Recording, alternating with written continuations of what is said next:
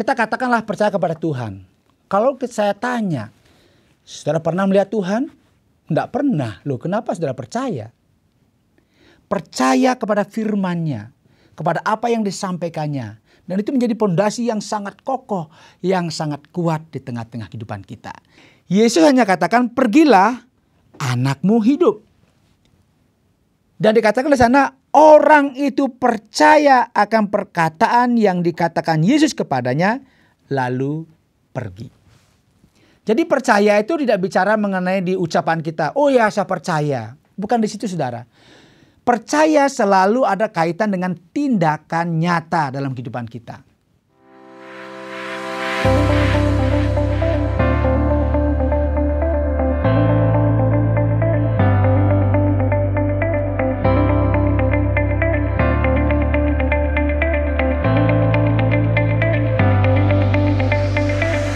Shalom saudara yang setia mengikuti YTWR Channel.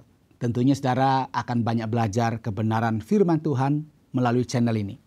Karena itu selalu lihat ya, selalu tunggu saja. Karena ada sesuatu yang luar biasa yang akan saudara temukan, saudara dapatkan melalui channel ini. Hari ini kita akan belajar saudara tentang satu hal yang penting dalam program Terang Warta Rohani ini. Yaitu terkait dengan percaya. Kadang-kadang kita berpikir apa sih percaya itu? Orang melihat percaya itu kan sesuatu yang abstrak ya. Sesuatu yang tidak bisa didefinisikan. Kita katakanlah percaya kepada Tuhan. Kalau saya tanya, saudara pernah melihat Tuhan? Tidak pernah. Loh, kenapa saudara percaya? Loh, ini kan ada ada semua ada, ini pasti ada yang menciptakan. Yakin Tuhan yang menciptakan. Nah, ini kan ketika ditanya-tanya itu kita mulai bingung saudara. Karena itu saya mengajak pada saat ini saudara, kita belajar tentang percaya. Sebagai orang Kristen saudara, sebagai orang yang mengikut Kristus, pondasi dasar kita yaitu kita harus memiliki iman atau kita percaya kepada Tuhan. Percaya kepada firman-Nya, kepada apa yang disampaikannya. Dan itu menjadi pondasi yang sangat kokoh, yang sangat kuat di tengah-tengah kehidupan kita. Dan kita akan belajar percaya dari seorang pejabat istana. Nah, mungkin ini agak aneh ya. Kadang-kadang kalau pejabat ini, mohon maaf ya, pejabat itu kan sudah punya semuanya. Dia punya kekuasaan, ya, dia punya uang, dia punya bawahan, dia macam-macam punya. Dia ketika mengalami masalah bagi dia bisa semua diselesaikan dengan sangat mudah ya, karena mereka memiliki semua relasi dan koneksinya ada semua.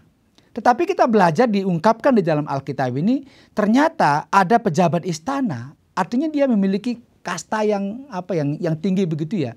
Dia memberi contoh kepada kita bagaimana kita menjadi orang yang percaya. Mari kita buka bersama-sama dari Yohanes pasal 4. Ayat 48 sampai 53.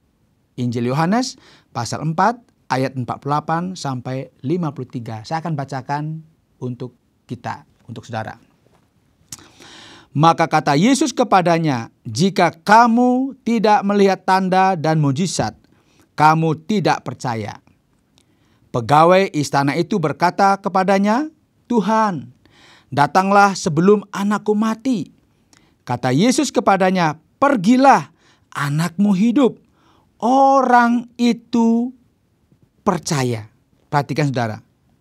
Orang itu percaya akan perkataan yang dikatakan Yesus kepadanya lalu pergi. Ketika ia masih di tengah jalan, hamba-hambanya telah datang kepadanya dengan kabar bahwa anaknya hidup. Ia bertanya kepada mereka pukul berapa anak itu mulai sembuh. Jawab mereka, kemarin siang pukul 1 demamnya hilang. Maka teringatlah ayah itu bahwa pada saat itulah Yesus berkata kepadanya, anakmu hidup. Lalu ia pun percaya, ia dan seluruh keluarganya. Saudara, ini sebuah proses kehidupan orang yang saya katakan sebagai sesuatu yang tidak mudah. Pejabat istana ini saya katakan tadi dia memiliki banyak semua kemudahan-kemudahan yang dia bisa dapatkan. Dia bisa mendapatkan tabib yang terbaik atau dokter yang terbaik. Tetapi ketika dia mungkin sudah berusaha, berjuang ke sana kemari agar anaknya yang sakit ini disembuhkan. Tetapi nggak mendapatkan saudara. Dan pada akhirnya dia datang kepada Yesus dan meminta kepada Yesus datang ke rumahnya, begitu ya. Datanglah sebab anakku sakit. Datang artinya diundang, ayo datang. Dia membayangkan begini. Datang, kemudian Yesus mendoakan, kemudian dari doa itu dia melihatkan, oh dia mendoakan, nanti anaknya sembuh. Tetapi kita melihat di sini ternyata tidak seperti yang diinginkan. Perhatikan saudara, saya akan baca ayat sebelumnya. Ketika ia mendengar bahwa Yesus telah datang dari Yudea ke Galilea, pergilah ia kepadanya, lalu meminta supaya ia datang dan menyembuhkan anaknya, sebab anaknya itu hampir mati. Jadi harapannya itu dia minta kepada Yesus datang ke rumahnya. Untuk apa? Mendoakan, dan dia melihat, oh kalau didoakan biasanya orang datang mungkin ya bawa sesuatu begitu ya, ditaruh di kepalanya begini, dipegang. Dia merasa yakin kalau dipegang begini, oh pasti terjadi sesuatu begitu ya. Itu kan keyakinan orang. Tapi perhatikan ayat yang ke-47 tadi. Supaya ia datang dan menyembuhkan anaknya, sebab anaknya itu hampir mati. Kemudian 49 perhatikan. Pegawai istana itu berkata kepadanya, Tuhan, datanglah sebelum anakku mati. 2 kali dia minta saudara. Jadi dia minta supaya Yesus datang ke rumahnya. Dalam angan-angannya dia, ya dalam pikirannya dia, Yesus akan datang, kemudian dia tumpangkan tangan di kepalanya. Kemudian dengan tumpangan tangan di kepalanya, dia menjadi yakin. Oh, kalau tangannya ditumpangkan di atas kepala anak saya, pastilah anak saya akan sembuh. Begitu angan-angannya dia. Tetapi kalau kita perhatikan di sini tidak terjadi seperti yang diminta oleh orang tua ini, oleh pejabat ini. Justru Yesus berkata, jika kamu tidak melihat tanda dan mujizat, kamu tidak percaya. Ini meneguhkan bahwa pada umumnya manusia itu selalu ingin melihat bukti. Ingin lihat tanda dulu baru saya percaya. Bayangkan ini. Dalam konteks ini sebenarnya kan kita tahu bahwa mujizat Yesus terjadi di Kana. Kemudian ini yang kedua. Ini kan belum pernah tersebar kemana-mana. Ini bagaimana caranya dia bisa mempercayai sesuatu yang belum pernah dia lihat. Dan ini menjadi tantangan bagi kita semua saudara. Bagaimana kita mempercayai sesuatu yang tidak kelihatan. Tetapi kita diminta untuk percaya. Karena itulah dikatakan di sini pejabat ini berkali-kali minta supaya dia datanglah sebelum anakku mati. Tetapi Yesus berkata, pergilah, anakmu hidup. Nah ini saya katakan tidak mudah juga ya mempercayai karena dia belum pernah lihat ini. Dia tidak pernah tahu apakah dia mendengar ya. Kita nggak ada catatan ya. Apakah dia mendengar apa yang terjadi di Kana ketika Yesus mengubah air menjadi anggur. Tidak pernah kita tahu. Tetapi dari perkataan-perkataan yang disampaikan oleh Yesus di sini, Yesus berkata justru sesuatu yang tidak pernah dia pikirkan. Pergilah. Bayangkan, dia minta Yesus datang ke rumahnya, tetapi mohon maaf nih, tanda petik begitu disuruh pergi. Suruh pergi, ini pejabat istana saudara. Ini bisa saja dia marah, bisa saja dia naik pitam, kemudian dia memperkarakan Yesus, kemudian dia katakan Yesus nggak sopan, nggak menghormati saya sebagai pejabat atau pegawai istana. Tetapi perhatikan di sini ayat yang ke-50. Pergilah, anakmu hidup. Orang itu percaya. Siapa? Pejabat istana itu atau pegawai istana itu percaya akan perkataan yang dikatakan Yesus kepadanya lalu pergi. Bayangkan ini. Yesus hanya katakan pergilah, anakmu hidup. Dan dikatakan di sana orang itu percaya akan perkataan yang dikatakan Yesus kepadanya lalu pergi. Ini yang tidak gampang. Makanya ketika menjadi orang yang percaya, ketika kita menjadi orang Kristen, tidak mudah saudara. Bagaimana kita mempercayai kebenaran firman Tuhan. Bagaimana kita mempercayai apa yang ditulis dalam Alkitab. Tetapi kita belajar pada hari ini dari seorang pegawai istana, seorang yang memiliki pangkat, seseorang yang katakanlah memiliki status sosial yang tinggi.